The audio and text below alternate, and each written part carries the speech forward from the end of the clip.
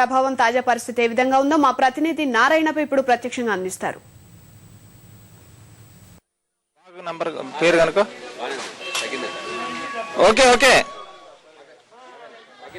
నారాయణప్ప, ప్రకాశం జిల్లా వ్యాప్తంగా ఉన్నటువంటి పరిస్థితులు ఏ విధంగా ఉన్నాయి వర్ష ప్రభావంతో?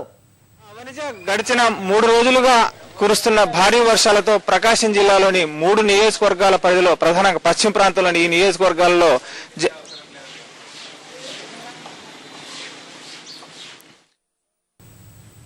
2 రోజులుగా కురుస్తున్న భారీ వర్షాలతో ప్రకాశం జిల్లా పశ్చిమ ప్రాంతంలోని 3 నియోజకవర్గాల్లో జనజీవనం స్తంభించిపోయింది.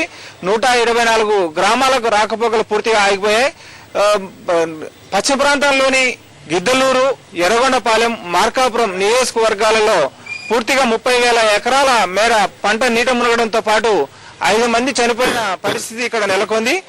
గిద్దలూరు నియోజకవర్గ పరిధిలోని రాచర్ల, కొమరోలు, గిద్దలూరు రూరలు, అర్ధవీడు ఈ గ్రామాలలో పూర్తిగా జనజీవనం అతలాకుతలం అయిపోయింది.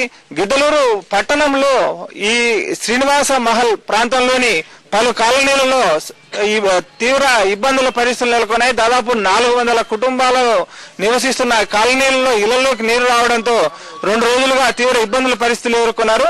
మనం ఒకసారి గమనించవచ్చు, ఈ గిద్దలూరు పట్టణ పరిధిలోని శ్రీనివాస మహల్ ప్రాంతంలోని సత్యనారాయణ నగర్ కాలనీలో ఉన్నాం. మనం ఒకసారి చూడొచ్చు, ఇది 5వ వార్డు పరిధిలోకి వస్తుంది.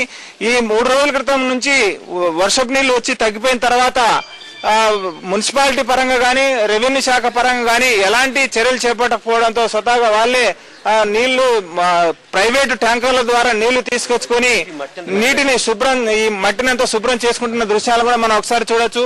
దాదాపుగా 2 రోజులుగా ఇదే పరిస్థితి ఉన్నప్పటికీ ఈ ఇళ్లలో బురదతో నిండిపోయి నీళ్లతో నిండిపోయి వంట చేసుకోవడానికి వీలు లేని పరిస్థితులు ఉన్నప్పటికీ అటు రెవెన్యూ శాఖ గానీ, ఇటు పురపాలక శాఖ అధికారులు గానీ ఏ విధమైన ప్రత్యామ్నాయ ఏర్పాటు చేయకపోవడం, అదేవిధంగా ఈ గ్రామాలలో ఈ కాలనీలలో వంట చేసుకోవడానికి వీలు లేని పరిస్థితుల్లో తినడానికి తీవ్ర ఇబ్బందులు ఎదుర్కొంటున్న పరిస్థితి నెలకొంది. మన దగ్గర కొంతమంది మహిళలు ఉన్నారు, ఆమె అడిగి ఒకసారి తెలుసుకుందాం. ఎలాంటి ఇబ్బందులు ఎదుర్కొంటున్నారు, ఏం పరిస్థితి అనేది ఒకసారి చెప్పండి.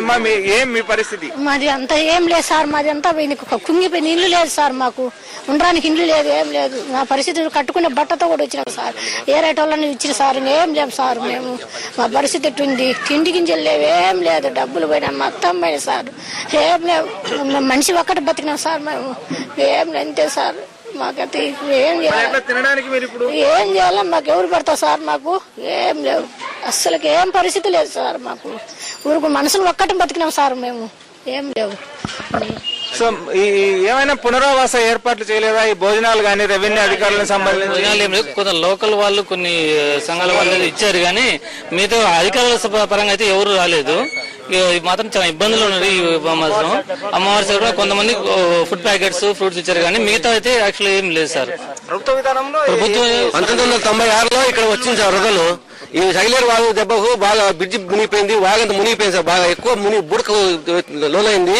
ఇక్కడ మొత్తం ఇళ్లన్నీ పంట పొలాలు ఎలా మునిగాయి అలా మునిగాయి సార్. నేను నుంచున్న రోడ్డు 10 అడుగులు ఎత్తి వచ్చింది సార్. నేను నుంచున్న రోడ్డు 10 అడుగులు ఎత్తి వచ్చింది. ఈ సైలేరు వాగు బాగు చేయకుంటే ఈ చుట్టుపక్కల ఒక 500 ఇల్లు మొత్తం ఖాళీ చేయాల్సి వస్తుంది సార్. ఇక్కడ సైలేరు వాగు బాగా పూడిపోవడం వల్ల ఈ ఎఫెక్ట్ జరిగింది. ఇళ్లలో ఒక్క వస్తువు ఉనికి రావట్లేదు సార్, మొత్తం అన్ని చెడిపోయాయి, నానిపోయాయి. తినడానికి పని చేయట్లేదు, తినడానికి అధికారుల వాళ్ళు వచ్చిందన్న కానీ ప్రభుత్వ ఉద్యోగులు కానీ ఎవరు కానీ ఇక్కడ రాలేదు చూడడానికి కూడా. కనీసం చూసినప్పుడు ఏంటంటే వాళ్ళకు ఒక అవగాహన కలుపుతుంది. ఏమే కానీ అసలు ఒంటి మీద బట్టలతోటి బయటకు వచ్చినాము, ఏమి మిగలలేదు, అన్ని గడిచిపోయినాయి, బట్టలు పోయినాయి, గిన్నెలు పోయినాయి, మొత్తం నష్టం వేస్తున్నాం. ఏమే గాని అస్సలు కొంచెం ఒక పాకి బియ్యం కూడా లేవు వండుకోవటానికి కూడా. అక్కడ వాళ్ళు వచ్చి పూటకు అన్నం పెడితే మేము తింటున్నాము, లేకపోతే లేదు. అక్కడ దేవాలయం తరపు నుంచి సంఘాల తరపున పెడుతున్నారు, దేవస్థానం తరపున. ఏమే గాని అస్సలు మేము ఏమి పొందలేదు అసలు. ఎవరు వంట లేదు, ఏం లేదు. ఎవరన్నా తెచ్చి పెడితే తినటము, లేకపోతే వండుకోవటము. అసలు ఏం లేవు. మట్టి తీస్తా ఉంటే వస్తా ఉన్నాయి, గిన్నె అవన్నీ ఎరక్కపోయినాయి, ఏమే కానీ అస్సలు కొంచెం ఒక్క పిరికెడు బియ్యం లేవు సో ఇది పరిస్థితి 3 రోజులు గడుస్తున్నప్పటికీ ఏమాత్రమే గానీ రెవెన్యూ అధికారులు గానీ ఇటు పురపాలక శాఖ అధికారులు గానీ సహాయక చర్యలు చేపట్టిన సందర్భం లేదు. తాత్కాలిక సాయం అందించి బియ్యం గానీ ఇతర వంట పాత్రలు అందజేయడం ద్వారా గానీ తమను ఆదుకోవాలని చెప్పి ఈ కాలనీ వాసులు అభ్యర్థన చేస్తున్నారు. రెవెన్యూ అధికారులు గానీ ఆ తర్వాత ఇతర అధికారులు గానీ ఎవరు ఈ ప్రాంతానికి రాకపోవడంతో తీవ్ర ఇబ్బందులు ఎదుర్కొంటున్న పరిస్థితి నెలకొంది. పూర్తిగా పశ్చిమ ప్రాంతంలోని ఈ 3 నియోజకవర్గాలలో మార్కాపురం నియోజకవర్గంలోకి వచ్చేసరికి ఖానాలవాగు, నల్లవాగు, ముసివాగు పొంగి పల్లడంతోను, అదేవిధంగా మనం గిద్దలూరు నియోజకవర్గ పరిధిలోకి వస్తే జంపలేరు వాగు, తాండ్లవాగు, పులివాగు, రాచెరువాగు, ఈ సగిలేరు వాగులు పొంగి పల్లడంతో, అదేవిధంగా ఎర్రగొండపాలెంలోకి వచ్చేసరికి దొంకల వాగు, తీగలేరు ఇలా వివిధ ప్రాంతాలలో భారీ వర్షాలతో వాగులు వంకలు పొంగి పల్లడంతో 124 గ్రామాలకు రాకపోకలు స్తంభించిపోయిన పరిస్థితి నెలకొంది.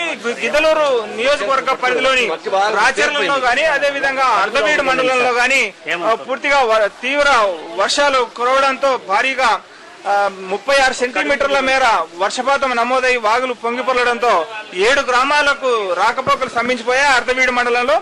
అదేవిధంగా ఈ కొమరోలు మండలంలోని ఒక గ్రామంలో పూర్తిగా రాకపోకలు స్తంభించిపోయి తీవ్ర ఇబ్బందులు ఎదుర్కొంటున్నారు. 3 రోజులైనప్పటికీ ఇప్పటికీ ఆ గ్రామానికి రాచెరు వాగు అనే వాగు పొంగిపొల్లడంతో గుంటపల్లి అనే గ్రామం 3 రోజులుగా రాకపోకలు స్తంభించిపోయిన పరిస్థితి నెలకొంది. అదేవిధంగా మార్కాపురం గ్రామీణ పరిధిలోకి వచ్చేసరికి గొట్టుపడి అనే గ్రామంలో కొండ చర్యలు విరుగుపడి రాకపోకలు స్తంభించిపోయాయి.